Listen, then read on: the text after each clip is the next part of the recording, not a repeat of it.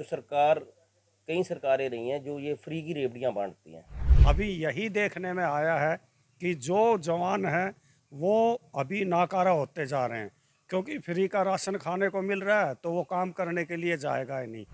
हमारे युवाओं को रोजगार के अवसर कैसे मिले, इस पर विशेष सरकार को ध्यान देने की ज़रूरत है।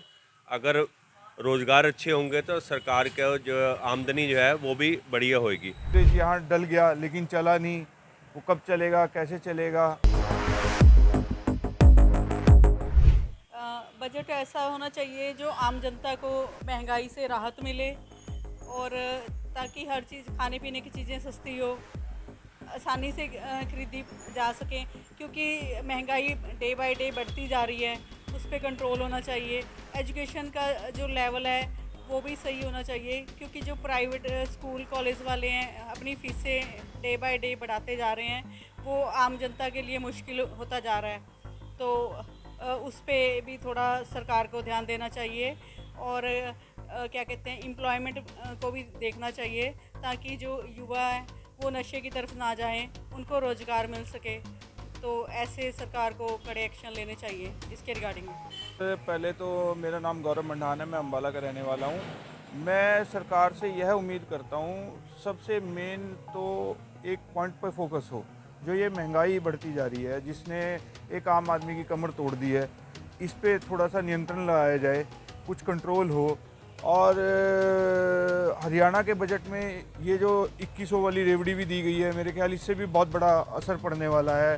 पहले ही हमारे ऊपर इतना कर्जा हो चुका है। जब पिछली जो गवर्नमेंट गई थी उसके टाइम का कर्जा उठा करके देख लीजिए, और आज हरियाणा पे जो कर्जा है इनकी गवर्नमेंट का कर्जा उठा करके देख लिया जाए।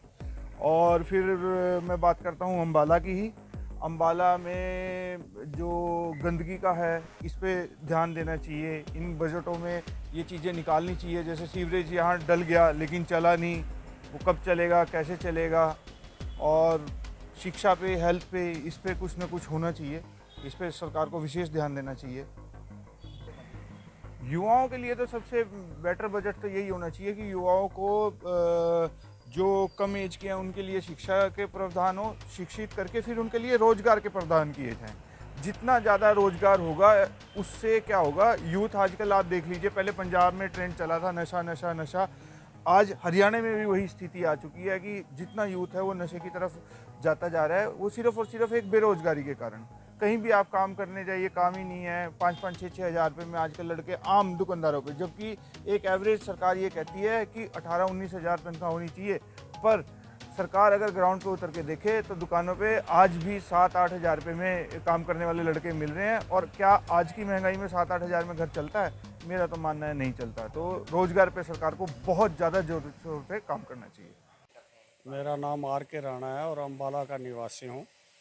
बजट से हम यही आशा करते हैं कि जो बुनियादी सुविधाएं हैं, जिस प्रकार से पानी की निकासी, सीवरेज और जो सुख सुविधा हमें मिलनी चाहिए उस पर ज़्यादा ध्यान देना चाहिए। जैसे कि गैस रसोई का सिलेंडर है, उसको सभी की ज़रूरत होती है, इसलिए उसको थोड़ा सुविधा सस्ता किया जाए। खाद्य सामग्री जितनी है उनको थोड़ा कंट्रोल किया जाए, और जो हम फ्री की रेवड़ियाँ बांट रहे हैं उनको कंट्रोल करके हमें पब्लिक को रोज़गार देना चाहिए। फ्री की रेवड़ियाँ बांटने में जितना पैसा खर्च हो रहा है उतना पैसा अगर हम रोज़गार देने में लगाएंगे तो वो ठीक हो रहा है। फ्री की रेवड़ियाँ बांटने से अभी यही देखने में आया है कि जो जवान हैं वो अभी नाकारा होते जा रहे हैं, क्योंकि फ्री का राशन खाने को मिल रहा है तो वो काम करने के लिए जाएगा ही नहीं। वो बोलता है जब हमें सरकार दे रही है फ्री तो हम क्यों काम करेंगे। तो हमें सरकार से यही अनुरोध है कि पब्लिक की सुविधाओं पे ज़्यादा ध्यान दो। जनजीवन की, स्वास्थ्य की सुविधाएं, एजुकेशन की सुविधाएं, इन पे बजट को खर्च किया जाए। और जो मनमानी फीस जो प्राइवेट स्कूल वसूल कर रहे हैं पेरेंट्स से, उन पर किसी भी तरीके से लगाम लगाने की कोशिश की जाए। हम सरकार से अनुरोध करते हैं कि जो हमें मेडिकल की सुविधाएं हैं उन पर, और शिक्षा की सुविधाएं उन पर, और ख़ास करके जो स्कूलों की फ़ीस है उन पे इस बजट में अगर कंट्रोल किया जाए तो पब्लिक के लिए बहुत अच्छा रहेगा। और यही हम उम्मीद करते हैं, जिससे सरकार दिन दुगनी रात चौगुनी तरक्की करे। और साथ साथ में हमारी जो गरीब पब्लिक है, जो आम जन है, उनका ध्यान रखा जाए। हम गरीब करते रहते हैं, लेकिन अगर सही ढंग से सर्वे किया जाए तो इस इंडिया में बीपीएल कैटेगरी में मुश्किल से 10 से 12% व्यक्ति मिलेंगे, इससे ज़्यादा नहीं मिलेंगे। अगर सही सर्वेक्षण किया जाए और सर्वे के आधार पे लिया जाए तो बीपीएल में 10 से 12 नहीं है परसेंट, इससे ज़्यादा। जबकि हमारे देश में बीपीएल वाले गाड़ियों में अनाज लेने आते हैं, उनके घर में एसी सुविधाएं हैं, और फिर भी उनको बीपीएल कैटेगरी में रखा गया है। तो सरकार से अनुरोध है कि इस पर ज़्यादा से ज़्यादा ध्यान दिया जाए। देखिए सर, जैसे कि बजट के बारे में चर्चा हो रही है, तो हम सरकार से ये उम्मीद करते हैं कि सरकार जो है एक अच्छा बजट पेश करे।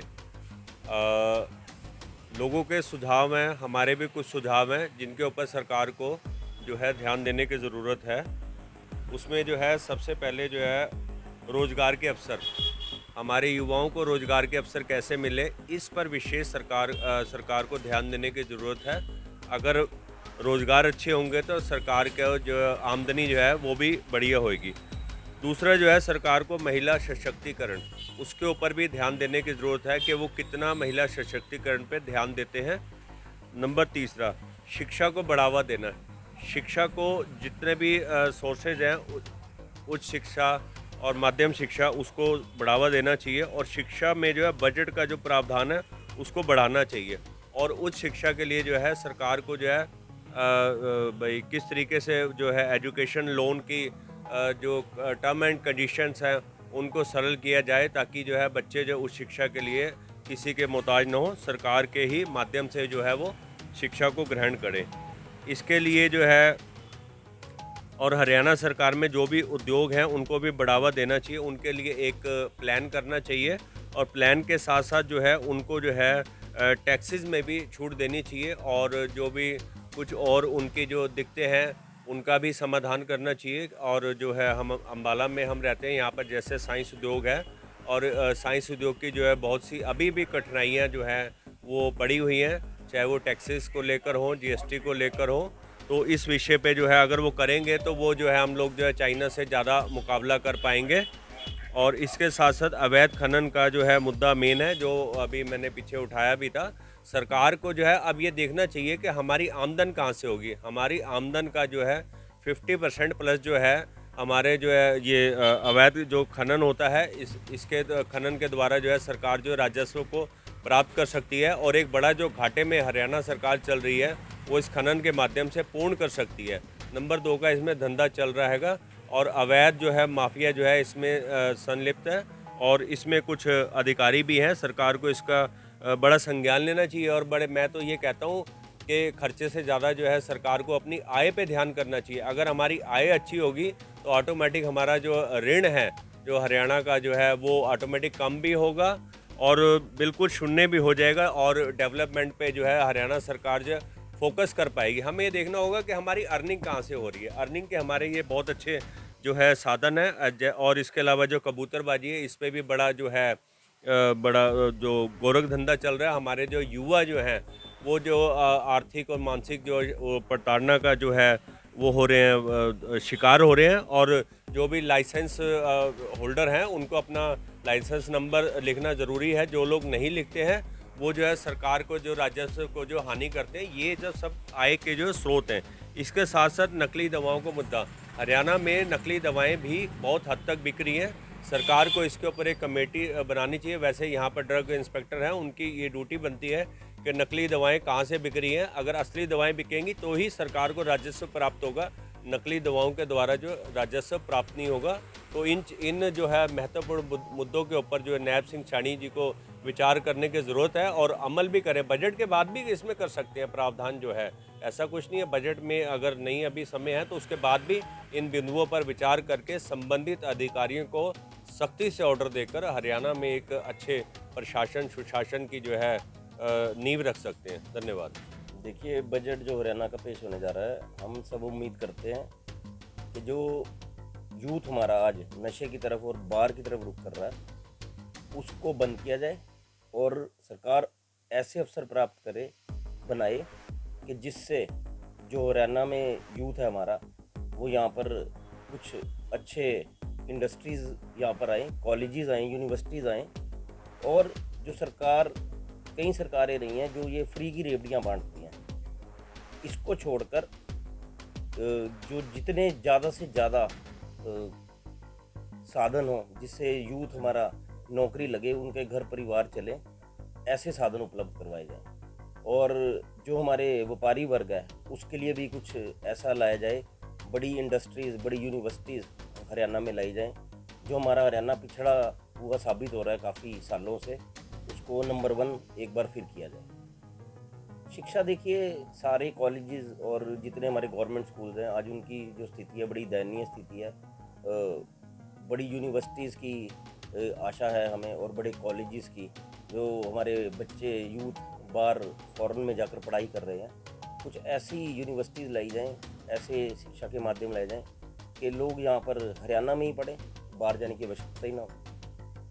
देखिए, सरकार को पॉलिसीज़ बनानी चाहिए कि भी जो ये प्राइवेट स्कूल्स हैं या प्राइवेट कॉलेजेस हैं, इनमें आज पैसे का बोलबाला है और सिफारिश और पैसे के दम पर जो अमीर लोगों के व्यक्ति हैं उनको एडमिशन्स दी जाती हैं। और समय समय पर आपने देखा कॉलेज और जो स्कूल्स हैं इनकी मनमानी सामने उजागर हुई है। जो पेरेंट्स हैं उनको मनमानी कॉलेज की और स्कूल्स की फ़ीस देने के लिए दबाव बनाया जाता है, और सरकार इस पे नकेल कसे, कोई ऐसे रूल एंड रेगुलेशन किए जाएं कि सारे जो प्राइवेट स्कूल्स हैं उनकी जो फीसिस हैं वो एक सामान्य हो, ताकि इसमें जो गरीब और मध्यम वर्ग के जो बच्चे हैं वो भी इसमें शिक्षा प्राप्त कर सकें। सफाई व्यवस्था तो पूरी तरह से, अम्बाला की अगर बात करें तो पूरी तरह से फेल है। जगह जगह पर गंदगी के ढेर और कूड़े के ढेर देखने को मिलते हैं, बीमारी फैलने की पूरी आशंका बनी रहती है।